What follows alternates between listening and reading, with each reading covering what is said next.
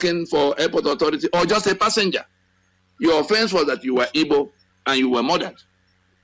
Then they went into town proper, all across the north. And this was going on from that end of July throughout August, September, October, with killings that are numbered in hundreds of thousands. By some estimates, no less than 300,000. And the dead bodies, because where will you bury even 10,000 people in any town? And so they were moving. The instruction was for them to move the dead bodies to the train stations. The train drivers were practically all Igbo at the time. And so they secured the train drivers so that they are able to move the trains, because they were now loading those dead bodies into the trains. We are giving you these details so that you can see what Amadu Bello meant by the ruthlessness that was contained in his battle script of 1960, where we say we will ruthlessly prevent a change of power. That ruthlessness attended to all these killings that we saw, that later became war. And the kind of things that were done in that war, by Gowon's account, 5 million people were killed to keep Nigeria warm. You had to, including starving to death over 2 million children, deliberately shooting down the plane of aid agencies. Red Cross tried to get food and medicine to a people that were encircled, air, land, and sea, blockaded.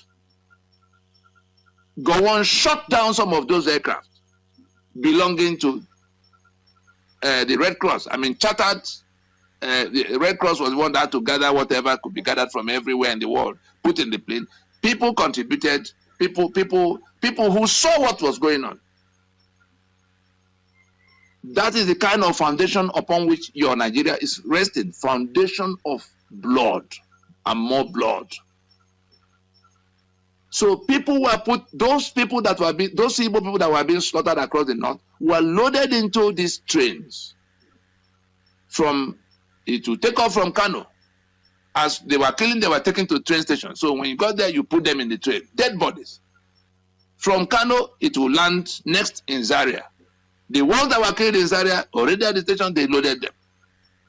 You went past Zaria, Kaduna, the ones that were killed in Kaduna already, all the way to where we call Benue today. And by the time the train was now gone past Kaduna coming down, it was already full inside, and the bodies were being put on the top. A train with coaches, that could be 20, 25, 30 coaches, with no living passengers other than the drivers. Everybody else is dead Igbo, heading to the east. It was the same on the Maiduguri route that comes through Jos and all of that. Dead bodies heading to the east.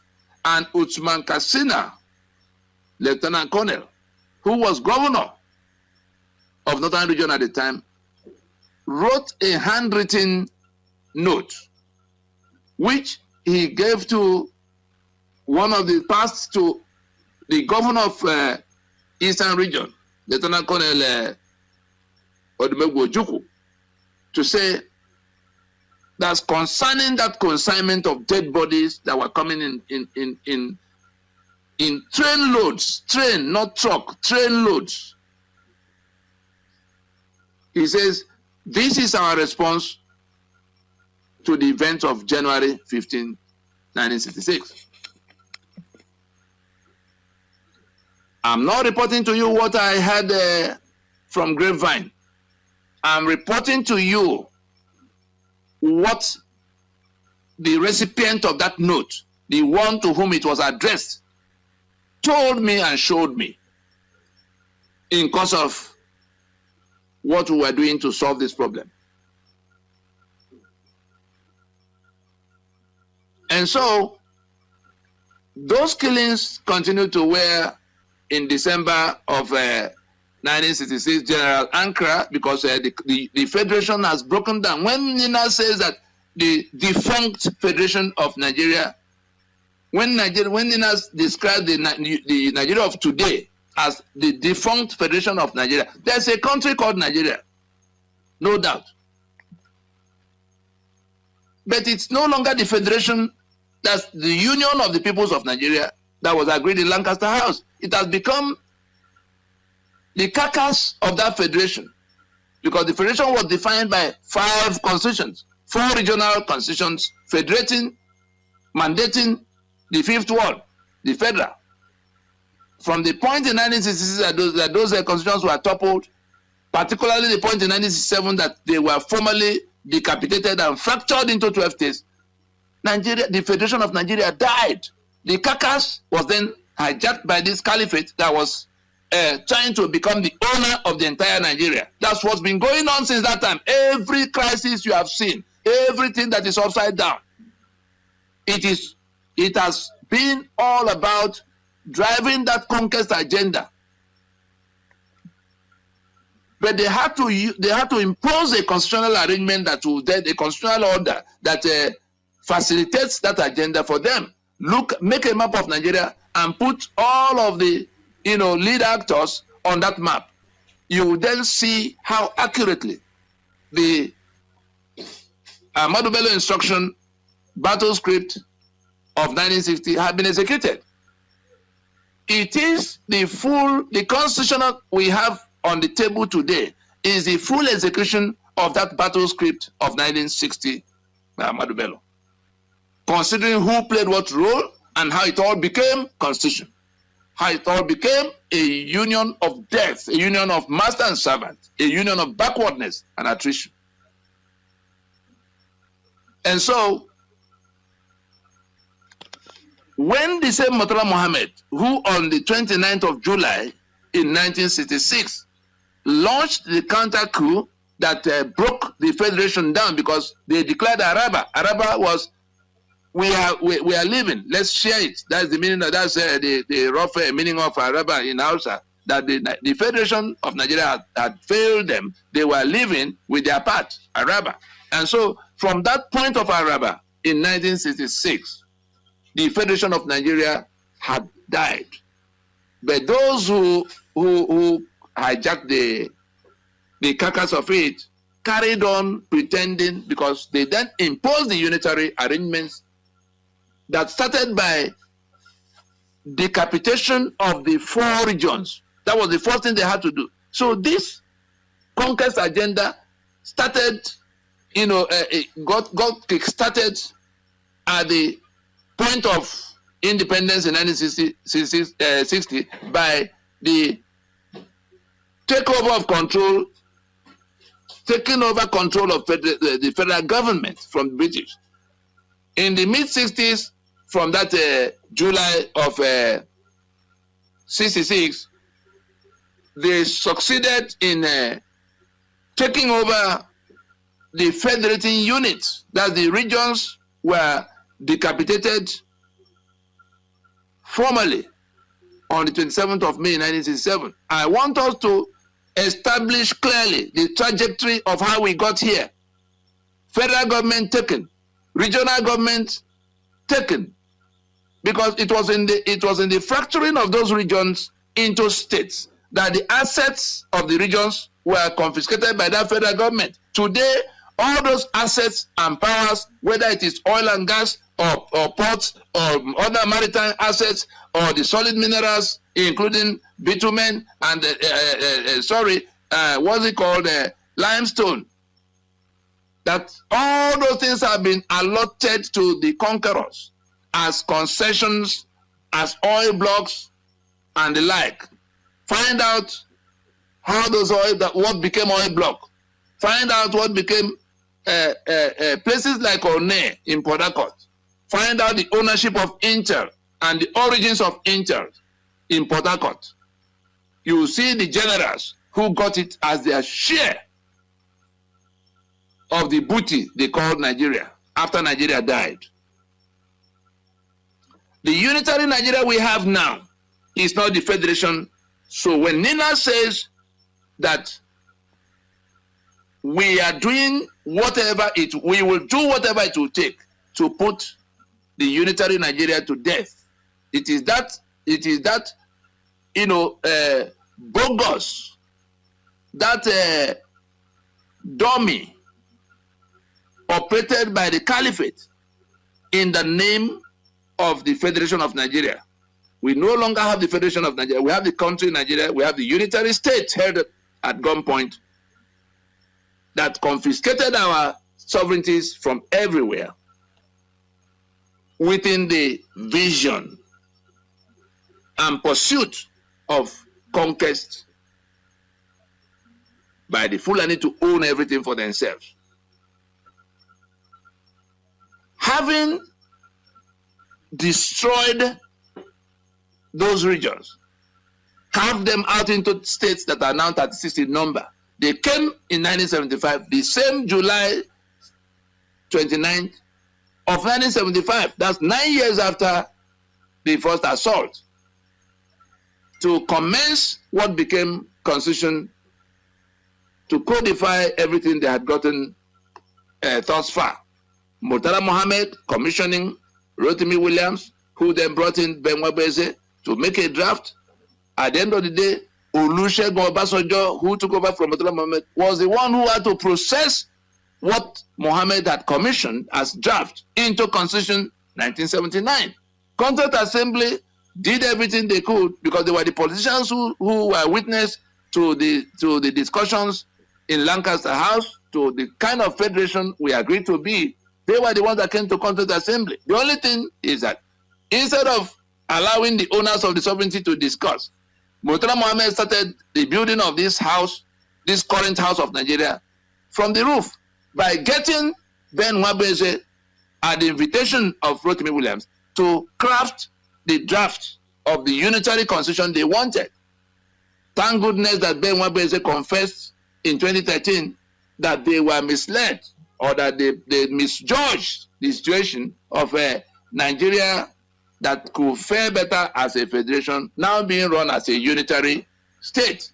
That they thought that unitarism would bring unity faster. But that looking back, it has worsened the very problem they thought they were trying to solve. The problem of unity had now been exacerbated and worsened by what they did.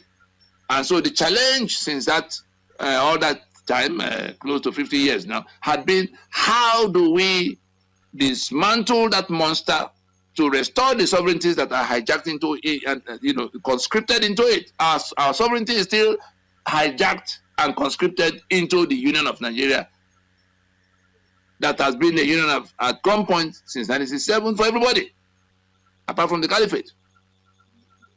And so what has happened now is that, having imposed that constitution, unitary constitution since 1979, by which the regions had now become this number of states, by which the economic assets and all the powers of the regions, federating regions, confiscated by that center into the exclusive list we now have.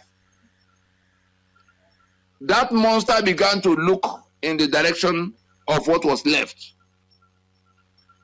the local governments. First, they had to get money from the treasury, more for their own people. So they created 704 local government areas by decree, distributed very lopsidedly, so that in the place of representation, we are grossly outnumbered. 3 senators per state, 1 region, 1 of 4 federating regions had become 19 states, with a federal capital territory that had been moved from Lagos into their own space with another senator. You go to the House of Representatives, the basis of representation goes more along the lines of local government areas. So the lopsidedness is even more in the House of Representatives. And so in the place of decision making, law making, whatever it is you want to change in the rules of engagement, the still control that standing majority that the British granted them by fiat at the time they were building, they were taking us to independence, because they gave 55% representation to the North that had only 17% of the country's population from the independence, from the census of 1951. The North, the northern region of the time, had only 17, that's 17% of the country's population at the time. But they were, when the constituencies were delineated for how many parliamentary seats will be there in Nigeria, they were given 55%. The other three regions were given and the Federal Capital Territory that was still in Lagos at the time. All together, we'll have to come to the balance of the 45%.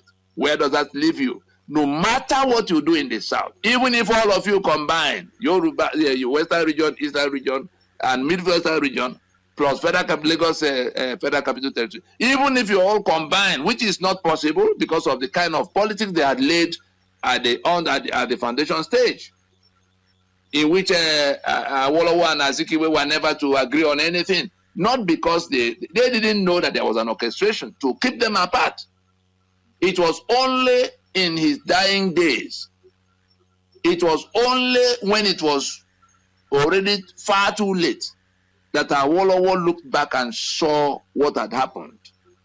And he called his lieutenants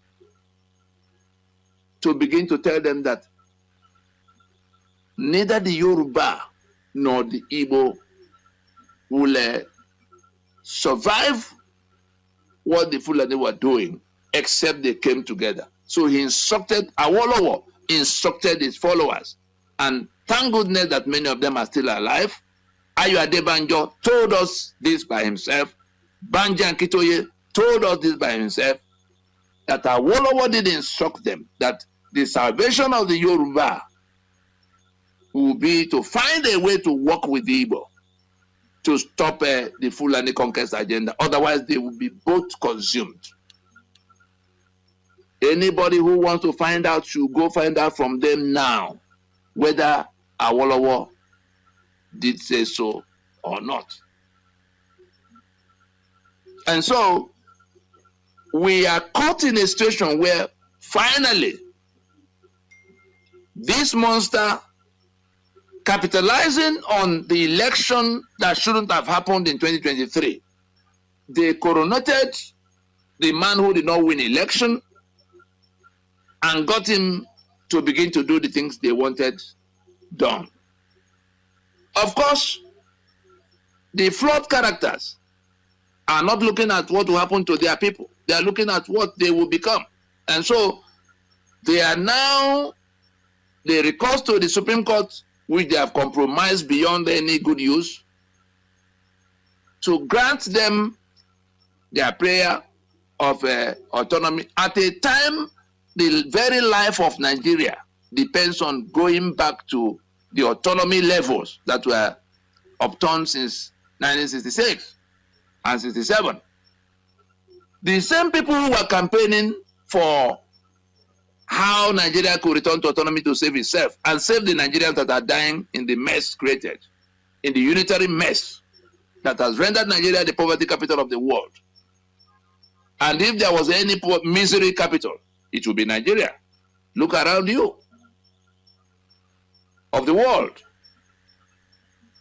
At a time, all hands are on deck to bring down that constitution by which this madness is being orchestrated and free the victims of the failed Lugadian experiment of 1914.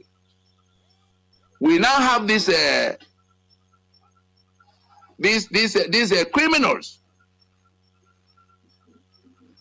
seizing the space, working out their own salvation, but trading off the sovereignty of those who should have become free. And so this, we already explained the connection between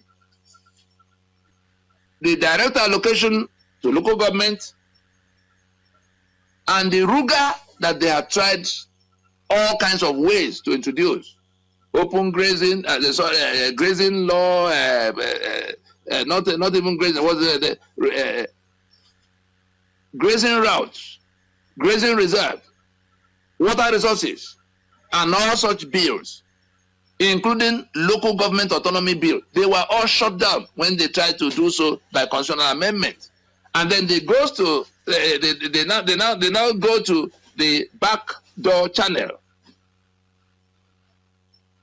of Supreme Court that will now say, oh, go do it like that. Don't give any more money to anybody who doesn't come to do a business to us. INEC take over, all kinds of, that's where we are now. So it is that last tier of government, after more than 35 years of taking revenues through these outlets they call local governments, created by decree, nothing to do with development. So people who are looking for, who are rejoicing that development is about to come when local government take charge, go and find out what is on the exclusive list. If the states with all of what they had, billions and trillions, if the federal government with all of what they had, billions and trillions upon trillions, did not bring about your development, is it now local government that gets a paltry 20% that had no power, constitutional powers? Will local government give you electricity that the state did not have power to give you? Will local government do the roads that are federal roads? Will local government give you security in which they can't touch gun? Those who are rejoicing that finally, what have you done with the corruption that is dancing on stage at the center, federal government, in trillions? What have you done with the corruption of the states dancing around in billions, multiple billions? Is it now the corruption of local government in which you could be discussing only millions, at most millions? You left the corruption of trillions, left the corruption of billions, and you are rejoicing that if corruption of a million is curbed a little, it will now bring Nigeria to become a Dorado. I'm ashamed of all the lawyers who have gone to praise, because they are the ones who are supposed to be telling other people what has happened. But no, they are dishonest, and many of them very ignorant, senior advocate, professor. What is the correlation? The same people, Zekome, regional autonomy, federalism. How does this promote any federalism? In which federation of the world, whether it's US or India or Canada, in which federation of the world have you found local government coming to become a tier of government? And you have PhDs. You better return those PhDs to whoever awarded them to you. If you are a lawyer and you are one of those rejoicing that the Supreme Court has given this judgment for allocation to go directly to local government in what you think is autonomy that will become basis of accountability, shame on you, shame.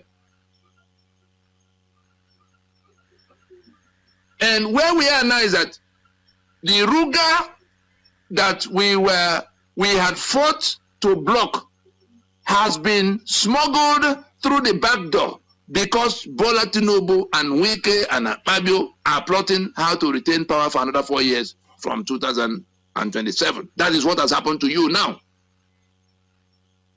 Is there any remedy still left? The answer is yes. But it's a very narrow remedy. The only thing that can save those who are being swept into this oblivion, because that's what it translates to. The Fulani Conquest agenda has seized the federal government, seized the state government by exclusive list, and have now seized the local government areas, plus your traditional rulers who manage your lands. Ruga will be thousands of Ruga everywhere they want land. They don't need to talk to anybody. Governor cannot even interfere. Governor does not need to be told. They will only instruct the miserable traditional ruler in your small space, whose loyalty is to his 5% that must come from local government. between the local government council and the traditional rulers, your land is gone. Abuja, the Caliphate will sit in Abuja and take whatever the choices of what they want without talking to any of you. It will then be constitution. Tomorrow, Tinubu will not be president. Somebody else will be president. When Obasanjo was doing what he did in 1976, 77, that became 79 constitution.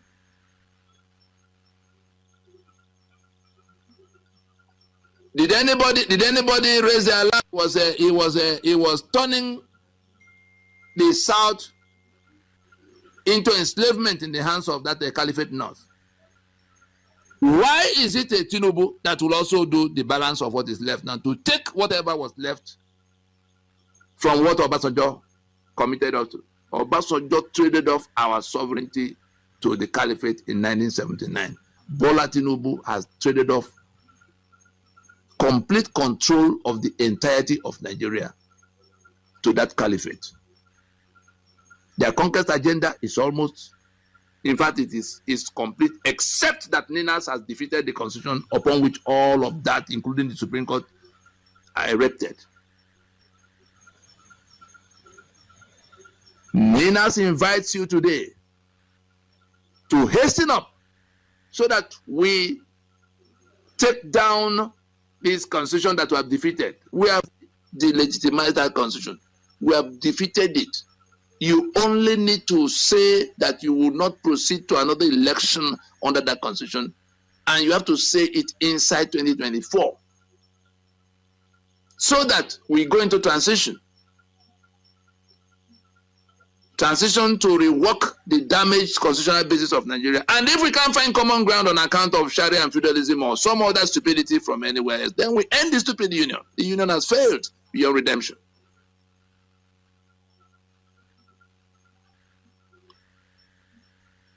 For those who think it may, who knows when it will happen, we are saying that if we stand up, Ninas is challenging you today in July of 2024.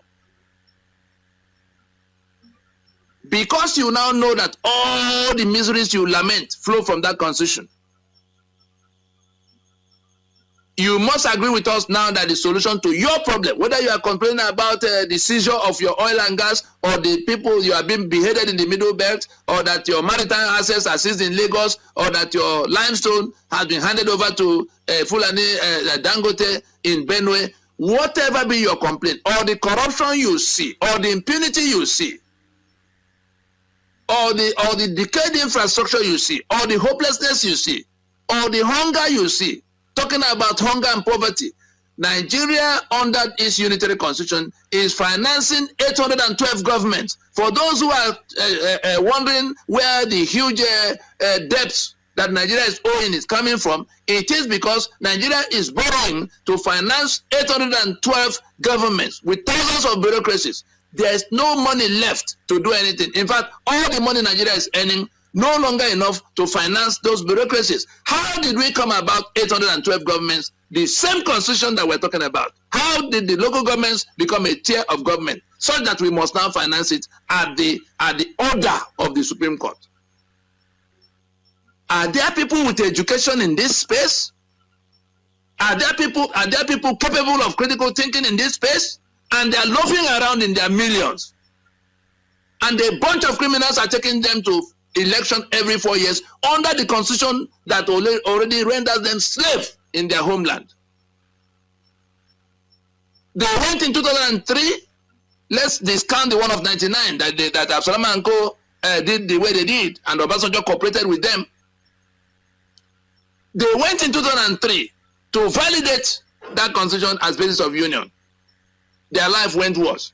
They went in 2007. They went again in 2011. They went again in 2015. Despite our best efforts at the time, we had worked out the alternative. What we need to replace what they imposed since 1975, since 1967, if you dress back a bit to where they really took off from. Ninas has finished this task. But the people who are crying and shouting, planning to go and protest, for the ones who are planning protest, any revolution that does not start that does not draw its demands from the source of the problem is dishonest and is bound to fail beyond what you saw in NSAS. If NSAS had pointed at the Constitution as the source of the problem, because if you solve the police, who will solve electricity? Who will solve refinery? Who will solve the other critical infrastructure that's not there? Who will solve corruption? Who will solve impunity? Or are you going to be protesting for 1,000 years to solve them one after the other when there's a constitution that is the fountain from which all of that have been flowing? Why don't we say that we want an end to this source, to this fountain? What is the difficulty? So that we can go to transition and rework, turn off the tap. That's the solution to the problem as it is. So those who are planning to come and protest, Ninas is calling out now very loud that protest must now be channeled at the source, or toward the source of the problem. For the corruption you see, for the impunity you see, for the infrastructural decay you see, for the insecurity you see, everything that you complain about, for which you have been sent into exile all over the world, young people, they are flowing from that constitution. Anything you do in resistance, some of you might be looking at Kenya. Oh, Kenya is on the street. Let's get on the street. There is a Kenya that is being recovered by young Kenyans from reckless politicians. Your case is not the same. There is no Nigeria. Your Nigeria has been hijacked and handed over to these invaders from outside. So there is no Nigeria behind which all of you can kill to go and chase away bad leaders. There's bad leadership, there's inefficiency, there's corruption, but they are symptoms of a deeper sitting problem. Constitution, unitary constitution. If you do not understand it, the same way the ones that came to do NSAS did not, what was their demand? What is the problem you are trying to solve? Why can't we define the change we seek? Why can't we define the change we seek and therefore frame our demands in that energy we're going to expend? I heard one of the planners in one of their meetings say the constitution is not their concern. What ignorance! This is the level of ignorance that kills. You are planning. Why can't you define, like doctors would do, the nature of the problem you want to solve? Diagnosis. You are being offered the diagnosis that has even gone into treatment, so that that energy can be funneled to the source of the problem instead of the symptoms. If you do not define your demands appropriately in a manner that makes it impossible for them to shoot you, I tell you, Ninas is informing you that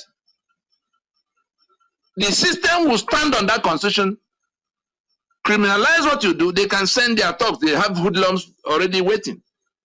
The day you turn up, their hoodlums will join you. Things will be damaged. They will open fire on you.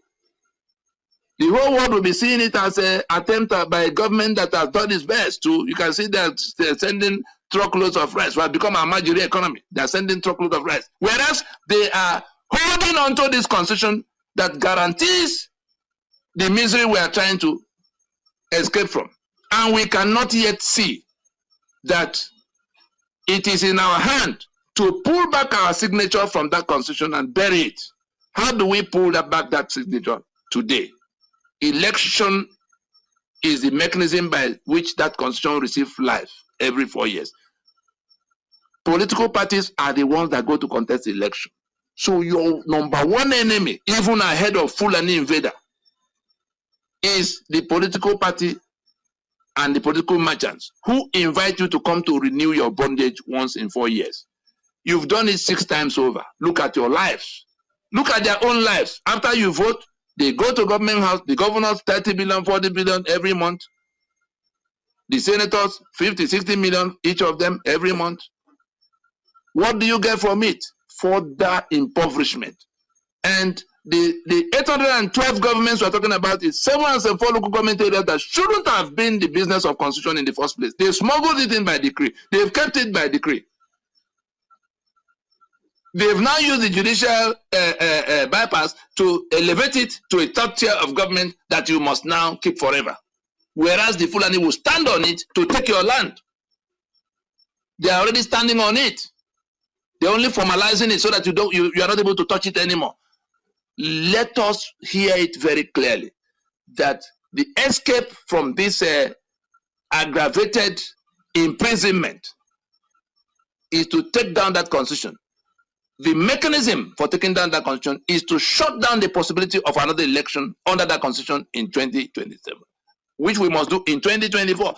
How do we do that? Elections is supposed to be coming in 2027. And Ninas is saying, let us do it now, 2024.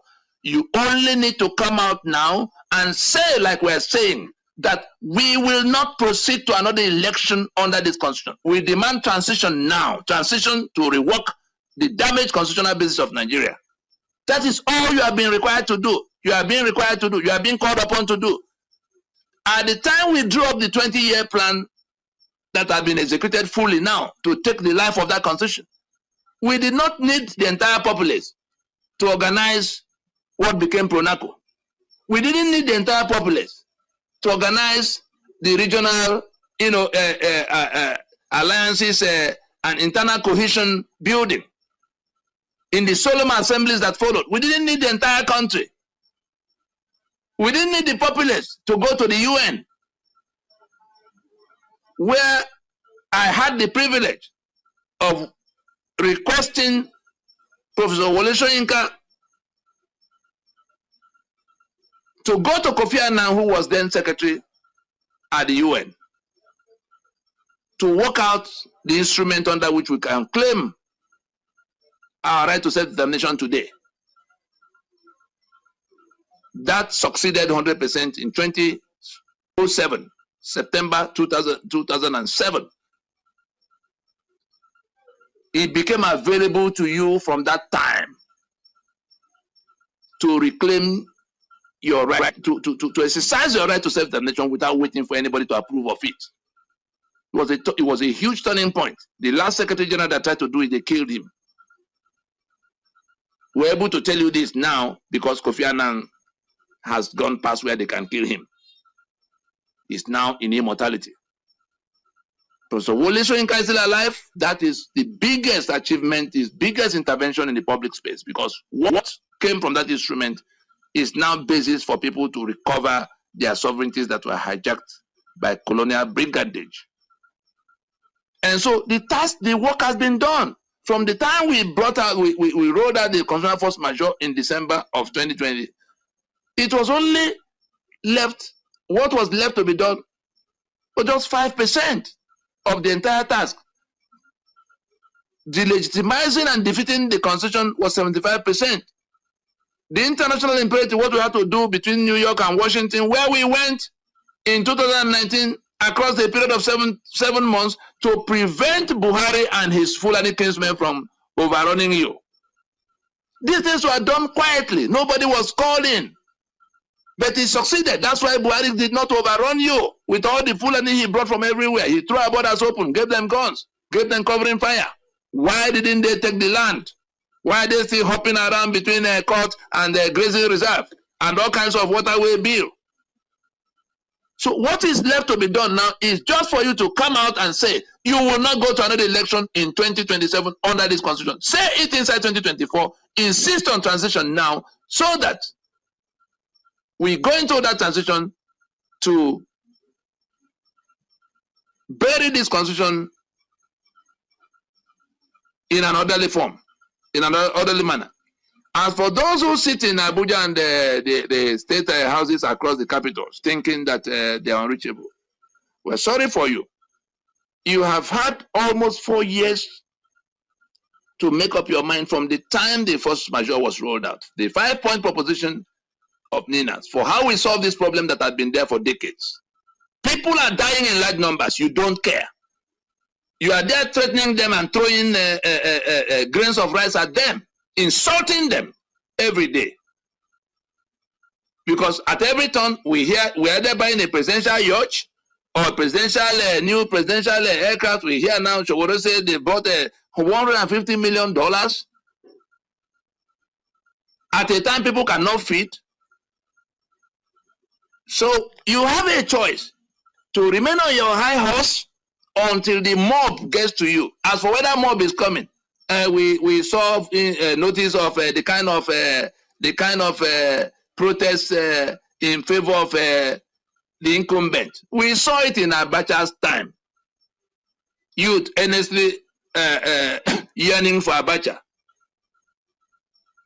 What is the kind of person that was it? Whenever it comes to a government having to rent a crowd that will come and protest in its own defense, to say, don't remove us, so we are doing well, you can be sure that the end has come for such a government. That's our reading. We saw it. We've seen it too many times. The one of Abacha is still like yesterday to those who saw it. And so this plan to come and demonstrate Fayemi and Co. that will come to the ones who are coming from everywhere together in Fountain Eagle, whatever they call the fountain place in Abuja. We're celebrating your gathering as the announcement of the demise of that interregnum. Mark it. The accommodation was extended to you by way of the transition that could still keep you somewhere while the owners of the sovereignty are discussing, like South Africa did in 1990, to ease itself out of the apartheid bind. That offer will remain open until those who are not as patient as we are get to where you are.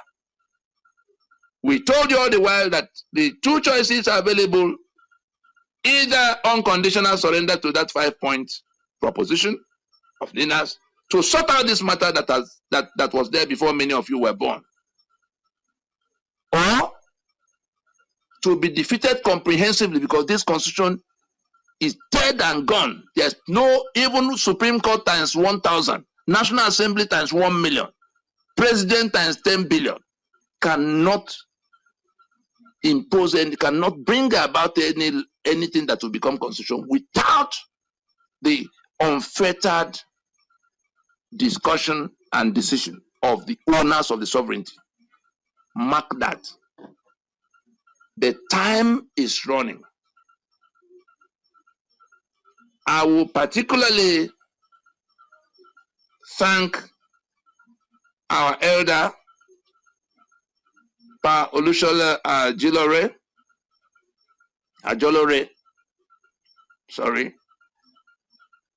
who at 100 years of age, 100 years, when he listen, when he hears these things, he never fails to remind us that he saw them happening, because he was already an adult by the time Nigeria became independent in 1960. He had education enough to know what was going on. So I thank Pa Jolore for his constant prayers to us to get through. And we, on behalf of the rest of us in Ninas, we assure you, sir, that you will be alive to see the end of this monster that came upon us all these many decades. The instrument by which they had prevailed has been defeated. The only thing remaining is for our people to stand up and leave that prison, because the prison gates have been brought down. When Yadudu talked about unhinging the legal basis of the Federation of Nigeria if the force majeure were to be activated, yes, that is what has happened. That force majeure has unhinged the legal basis of the Federation of Nigeria. That is like unhinging the gates of the prison in which we have been held since 1914. If we do what Ninas has asked us to do, to stand up in 2024 to declare we will not go to another election under this constitution, all the energies are available for revolution, all the energies are available for protest. Can we channel it to the source of this problem we are trying to solve, this multidimensional dysfunction, to say that we reject further national elections. We reject a democracy anchored upon this constitution. We reject a union anchored on this apartheid, so that we can go in this period, instead of planning another election that will renew the life of that constitution, all by our own doing. It is only we that can go to election. So if we say we will not go, we begin to say it and mean it and chase after the political parties that are gearing up, the church leaders that are going to mobilize us. Issa Ebuba already is talking about how they will get good governance. Under which constitution does Issa Ebuba want to get good governance? Under which constitution do these lawyers are talking about rule of law everywhere on TV want to get rule of law? You get rule of law under apartheid? Can't we be serious for once? But where are the rest of us? Why do we allow such charlatans to stand in front, directing us? As if we've lost our minds. The Constitution guarantees what we are seeing. We go to election, it is renewed. We go back to crying. The people we voted for go into their wealth and more wealth and more impunity. We'll stop there. We know that the Egyptians we see now will see no more, provided we do what we have been informed, what we have been asked to do. For those who ask, what exactly do we have to do to take down the 1999 Constitution and get into transition to rework the basis of the Union? Ninas invites you to get on YouTube and search with the title, A Manual for the Practical Workings of Nina's 5-point Proposition for Union Reconstruction. There is also another title, Nina's Rescue Plan for Decommissioning the 1999 Constitution and Reconstructing the Nigerian Union. Between those two, you will see exactly what has been done across the last 25 years to bring us to where we can now behead that snake, and what we need to do right now to finish that task. Thank you. I repeat, a manual of practical workings of the Nina's 5-point proposition for union reconstruction. And number 2, Nina's rescue plan for decommissioning the 1999 Constitution and reconstructing the Nigerian Union. Thank you. Thank you for your tireless dedication to this noble cause. May God continue to bless you. Thank you, sir. We'll bring today's session to a close at the count of 5. 1, 2, 3, 4, and 5.